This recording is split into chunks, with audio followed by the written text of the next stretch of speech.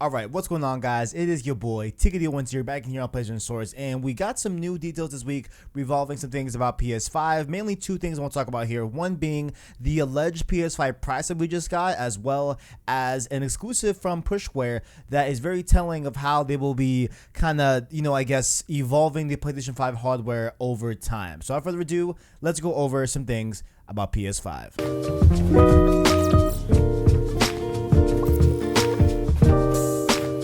Starting off here, of course, we have talked a lot about the PS5's price, about how right now they are currently manufacturing at about $450, and then of course with the packaging and stuff like that and cost to ship, it's around $470 from what they've been saying and what we've been hearing in regards to rumors. But we do have a alleged retailer here that may have just potentially spilled the beans on the official price of the PlayStation 5. And so, of course, links below in the description, but I got this from Pushware, and they are linking out to a separate tomsguide.com article, and this was all taken from Facebook. And so this whole thing was an interaction on Facebook. It was from a Canadian retailer called Play and Trade in Vancouver, Canada, and I guess there were people talking about how they will be opening pre-orders for PlayStation 5. They'll be opening pre-orders at that game store, in specific.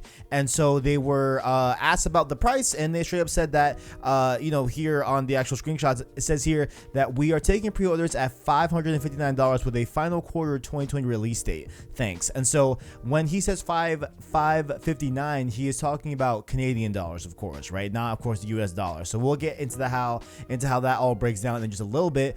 But then someone asked him, what's the price? I don't see one at all. He then doubles down and reiterates $559.99 for the PlayStation 5 pre-order over there in Canada, right? So when you break it down and really do the conversions and stuff like that, for US dollars it's $396 and 318 pounds for our friends over there in the UK. And so it's alleged that they are going to be taking pre-orders at $399, US dollars, of course, $400 in US currency. That is what they're saying that they're taking the pre-orders at. And usually, when you put money down on a pre-order for a console, that's pretty much the price of the console. So that's what got a lot of people talking about, how the PS5 could be priced at $399 US dollars. Now, of course, when I read this, I was obviously skeptical for a lot of different reasons. One being that, we already said before on the channel that the PS5 currently to manufacture is at $450. And of course, with shipping and all that, packaging, $470. So that them pricing the PS5 at $399 like the PS4 was seems like something that they would not do. Like, I feel like they wouldn't take that much of a hit.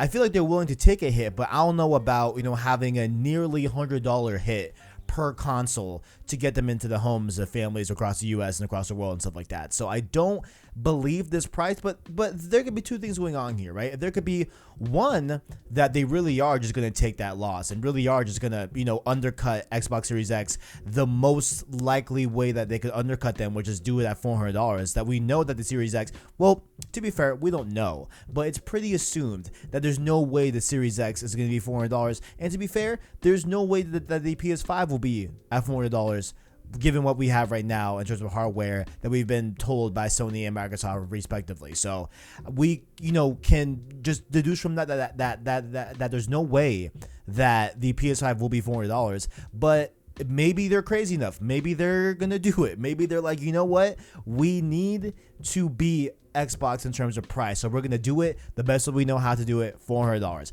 Or what I think is more likely is that Play and Trade doesn't know the exact price of the PS5, as I assume none of the retailers do. Maybe they have like a nice estimation, just the same estimation that we have as well, you know what I'm saying? But a lot of the retailers, and I would go on a limb and say all of the retailers have no idea what the PS5 price is right now, and so they're just taking a $400 pre-order. Just pay this portion up front, you'll pay the difference when you get the console. Maybe that's what they're doing, right? So maybe they are having it's customers at ease in terms of like, hey, you will be able to secure a PS5 pre-order, and we will give it to you right now, for $400, just because we're not sure how much it's going to be. And then when we know the price, you will have to pay that difference when the consoles come in. So maybe that's what they're doing here. That's what I think is going on here. I don't think that the PS5 is actually gonna be $400. But most importantly, let me know your thoughts. How do you guys feel about this whole thing?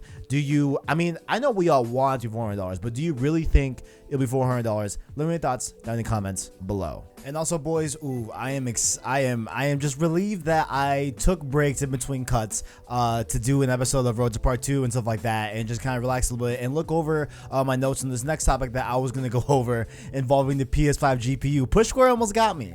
They almost got me. I almost read this whole entire article. I'll link it down below anyway. It was their April Fool's joke. It was about PS5 to receive a separate disc that was going to boost the PS5's raw power. It was supposed to be out, post launch and stuff like that. It was supposed to be very analogous to the Series X and their SSD type of compartment and stuff like that. But I digress. It's a April Fool's. Push Square, you almost got me. You almost really got me there, Push Square. But that is all I got to say about this whole thing. Did you guys like their Push Square April Fool's PS5 joke? Did you like all that we talked about with the PS5 price? Again, let me know your thoughts on all that stuff down below in the description. But where you cannot find April Fool's jokes is down below in the description, where you can find our, of course, Twitter link, our Discord link, as well as our Anchor link down below to listen to law firm content in podcast format. That, of course, being Road to Part 2, Road to Final Fantasy VII Remake, as well as, of course, Save Slot Podcast. So thank you for watching. Leave a like if you enjoyed it, as well as subscribe to PlayStation Source to keep up with the latest and greatest in Play Edition. Thank you for watching, and as always, greatness awaits.